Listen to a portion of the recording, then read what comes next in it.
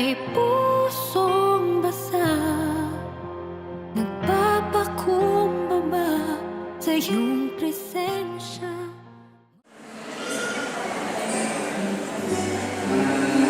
Good morning po sa bawat isa. Tingnan mo ang tabi kung malungkot ba o masaya na uwi na siya. Bakit ako masaya ba o malungkot na uwi na tayo? Yung mga tatay natin sa lahat na malungkot. So, ngayong umaga po nito, alam ko kagabi, may bawat isa sa atin, nung nagpunta rito na tumanggap ng baptism ng Holy Spirit, pwede kong pakitaas na po yung mga kamay nyo, yung tumabang ng taas. So, marami. So, ngayong umaga naman po, mag-uusapan naman po natin ng water baptism. And masahin ko lang po dito sa John 3 verse 5. Sabi niya, Jesus answered, "Very truly I tell you, no one can enter the kingdom of God unless they are born of water and spirit." Lalo po, sabi niya, pakatandaan mo, maliban ang isang tao ay pinanganak sa pamamagitan ng tubig at ng Espiritu, hindi ito makakapasok sa kaharian ng Diyos. Yung ginawa po natin kagabi, is bautismo na banal ng Espiritu. So dalawa po sila. Ngayon po, ang gagawin natin ay bautismo sa tubig. Sabi nga po sa kagabi, bautismo sa tubig. Ito po gagawin natin ito ay ginawa mismo ng ating Panginoong Jesus. Alam naman po natin na wala tayong ibang ginagaya or ini-imitate kundi ang Panginoong Jesus. Amen po. So, itong water baptism ay isang gesture or magpapakita na kaya natin sundin yung kalooban ng Diyos sa buhay natin. Ngayon, yung dating ikaw na pumunta ngayong believers ka, ngayon time ko na to, nung yung pumunta, bago pumunta rito, after ng camping, after ng water baptism, yung umuwi ay bagong ikaw. Bagong ikaw, paano ko nasabi bagong ikaw? Kasi mamaya ko, pagkalubog natin doon sa tubig, doon sa pool, alam niyo naman po yung gagawin naman, nakausap naman po tayo ng ating counselor, meron po ba dito pinilit? Or what? Kasi ito po ay hindi po pilitan. Hindi po initiation or what na sali ka kasi masaya po. Sama ka kasi maganda po. Ito po ay usap loob. So yung mga nandito po, naniniwala po, kayo yung mga willing sa gagawin po natin dito. Dahil po pag pinasok po natin yung pagsunod ng buhay sa Panginoon, ito po ay wala na atas. Alam niyo po, buti nga po dito sa Pilipinas, dito sa bansa natin, maluwag lang pagdating sa mga sa pagsisimba, sa pagbabasa ng Bible, sa pag-word again. Alam niyo po sa ibang bansa, nung unang panahon, actually may mga bansa na ang tinanong ay sobrang lalang. Ano po? Dati, pag nalaman nila, kasi ito po ay pagtulog sa sinabi ko kanina, ito ay pagpapakita na pag kayo palubog sa tubig, ito ay bago nila na ito ay born again na yung dati wala na. May bakit po ito pinapakita sa mga tao? Dahil ito ay pinapakita natin na ito ay bago na. Ngayon, tayo po ang unang panahon at may ibang lugar pa rin hanggang ngayon. Kapag nalaman nila na si Brother Juan, na si Brother Danilo ay nagpabaptize sa tubig, katulad kung gagawin natin mamaya, siya po ay hahantingin. Bakit po hahantingin? Siya po ay papatayin. At alam niyo po ba, hindi lang po siya yung papatayin, kundi yung buong pamilya niya na walang kinalaman dun sa desisyon niya. Ngayon po, tatanungin ko po kayo. Kasi hindi ko po kayo tinatakot o pero ito po ay nangyayari talaga.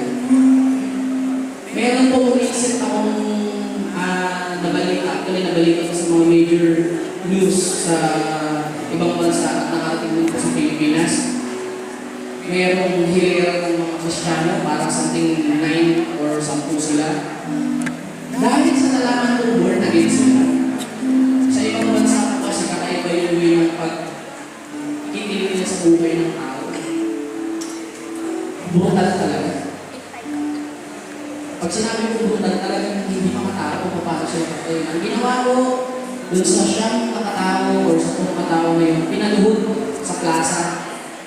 Pinaluhod sila, may balong ng may takip yung ulo para hindi sila nakikita. Nung nakaluhod ko sila, nagkakasunod, yung sa likod po nila mayroon nakaputok na baril. Excuse me po, nakaputok na baril dun sa likod nila. At pinagtatawanan ko sila at lahat ng tao nakakakita sa kanila.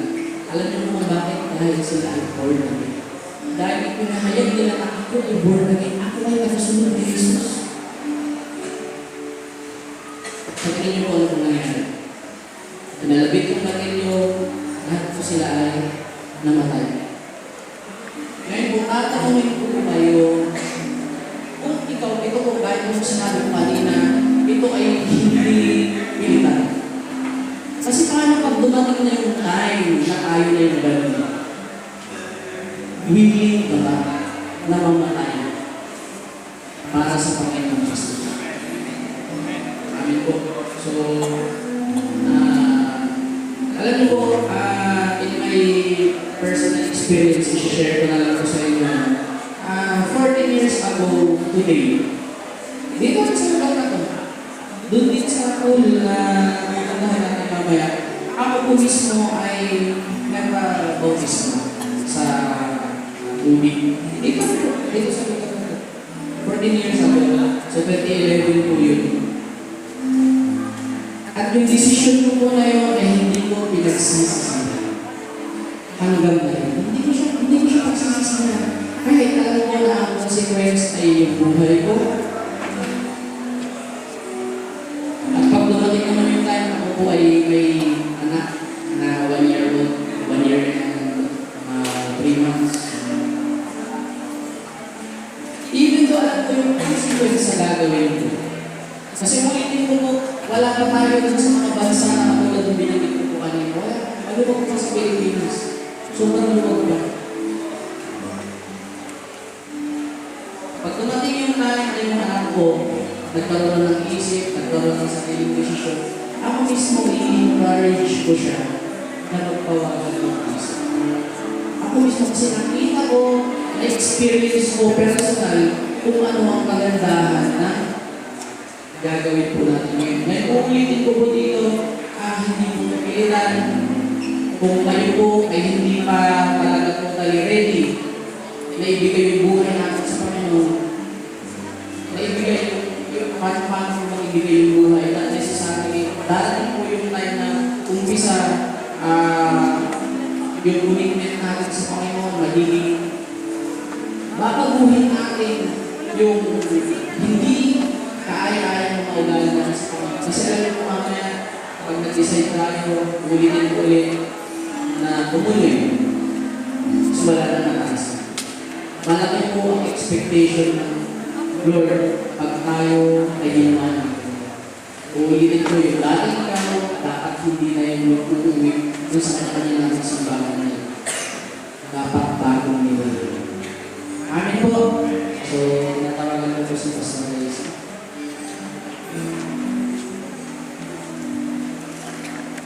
Yung motivation ng tawag ko kasi bautismo sa tubig ay hindi mo siya basta simbolo lang ng Christian. Hindi ito ay seryoso bagay. Ayaw ko kayo yung bautismo sa tubig.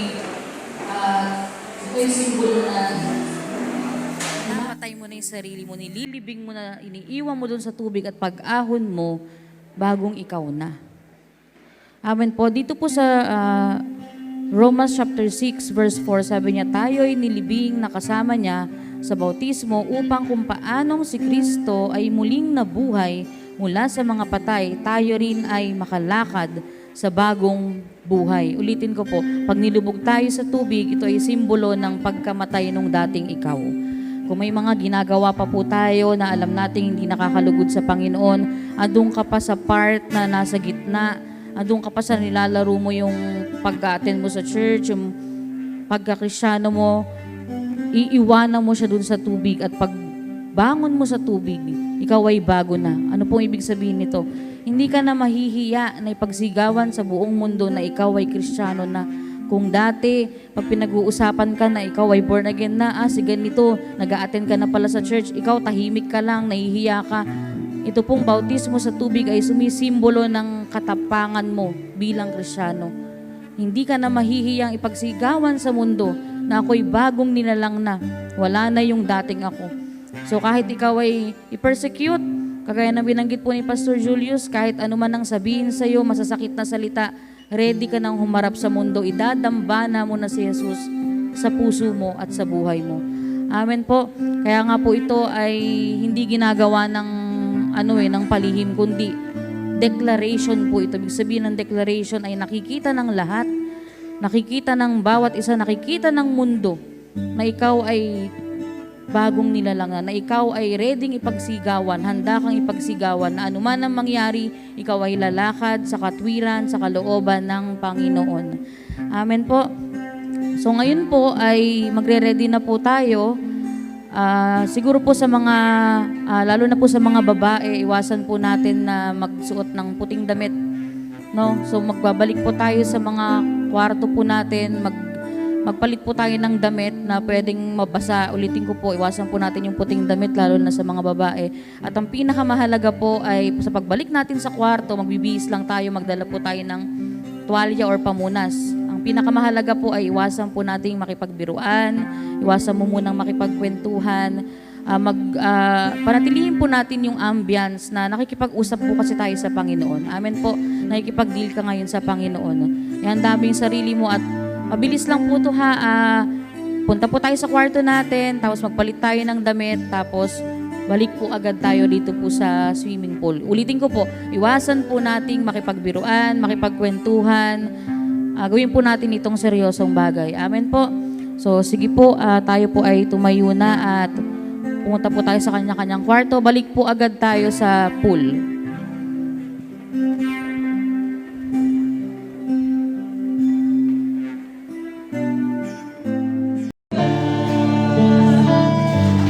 Pinoproklama mo sa mundo na siya lamang ang susundin mo sa buong buhay mo.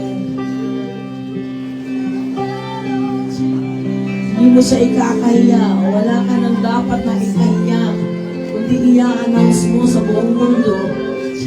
Lahat ay binigay mo na sa Kanya, iwanan mo na dito sa Kanya. Sige po, kausapin ka Panginoon, pinakausap po kayo.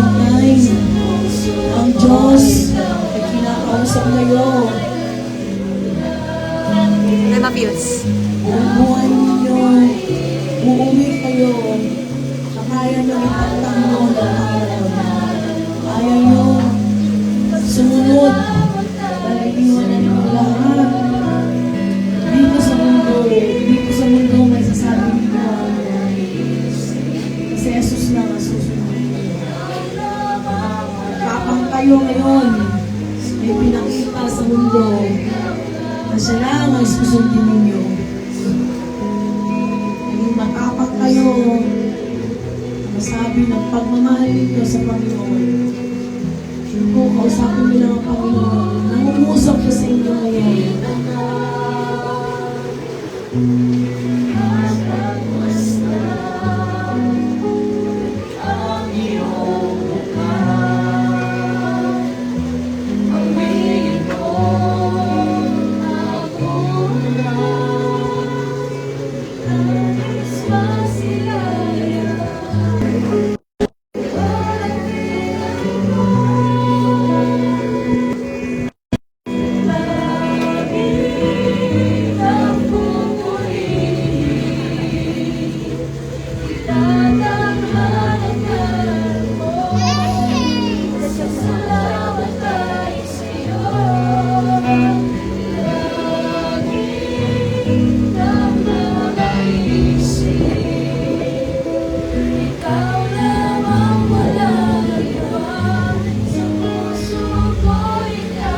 So, nakatapos lang po.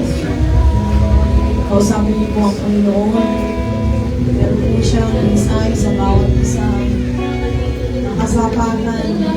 Ang ginawa ninyo ngayon, kaya niyo ipagtanggol ang Panginoon.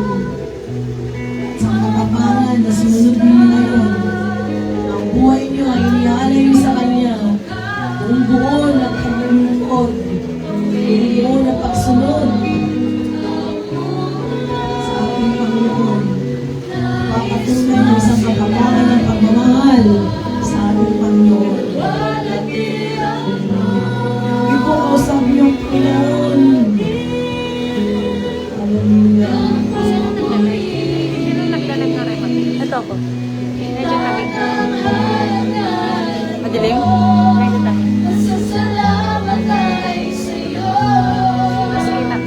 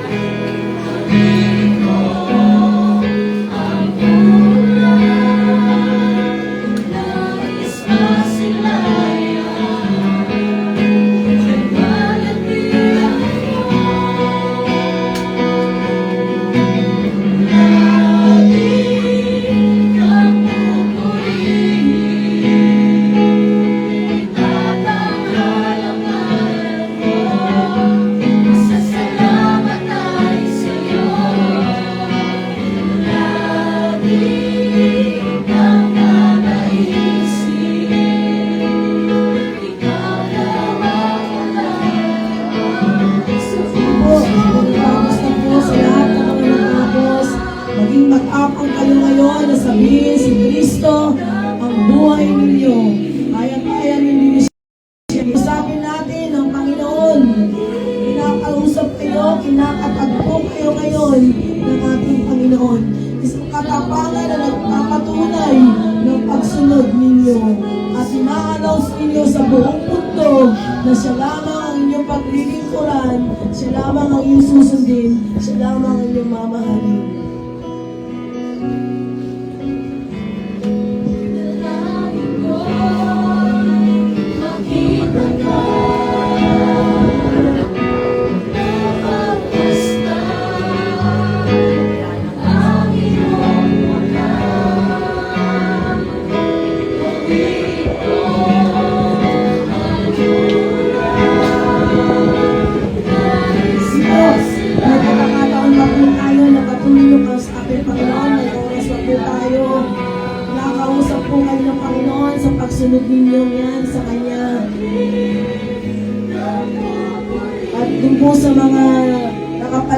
po sa kanila tayo lahat. Mag-thanks lang po tayo.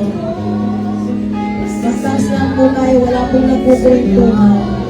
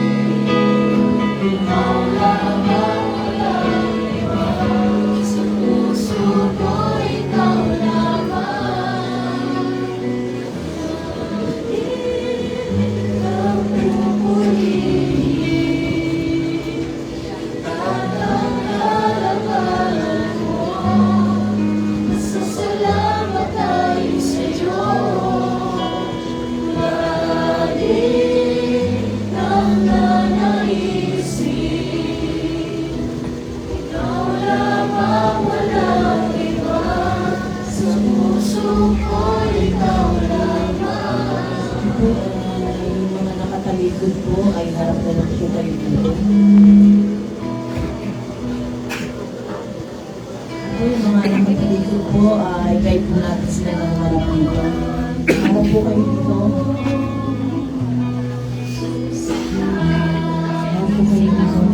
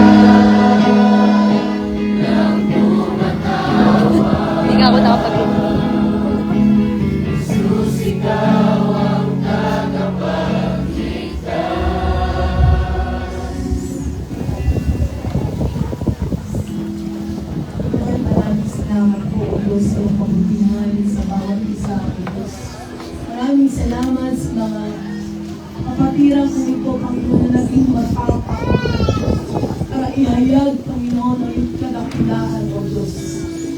Maraming salamat po, Panginoon, sa mga kapatid kong ito na nagbigay ng buhay sa iyo. Simula ngayon, Panginoon, wala silang ibang susundin. Wala silang ibang pagmamalaki sa buhay nila, Panginoon.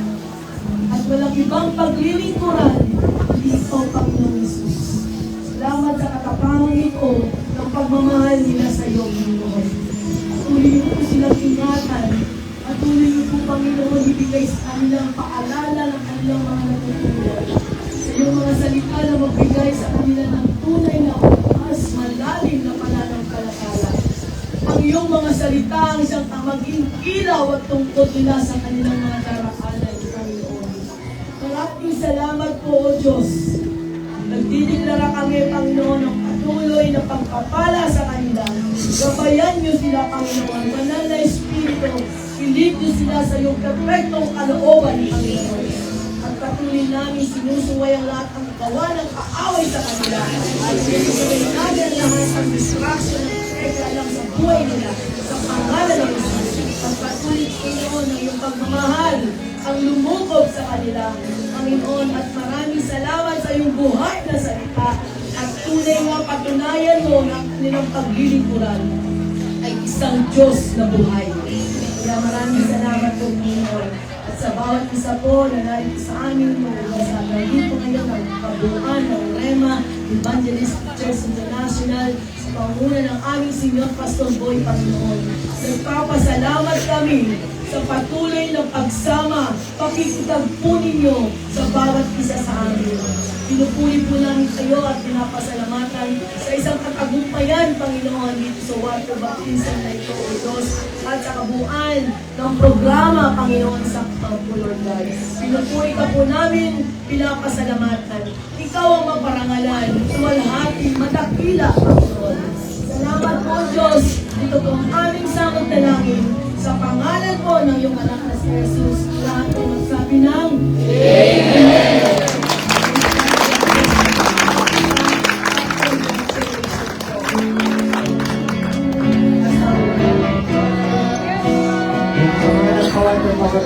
Iwasan po kami ng di makipagkiruan. Kayaan po natin nakausapin po tayo ng Diyos hanggang sa natapos po ang ating so, pwede kayong makipag-usap pero iwasan niyo po makipagkiruan. Sige po, kamayan po natin yung mga kasamahan po natin.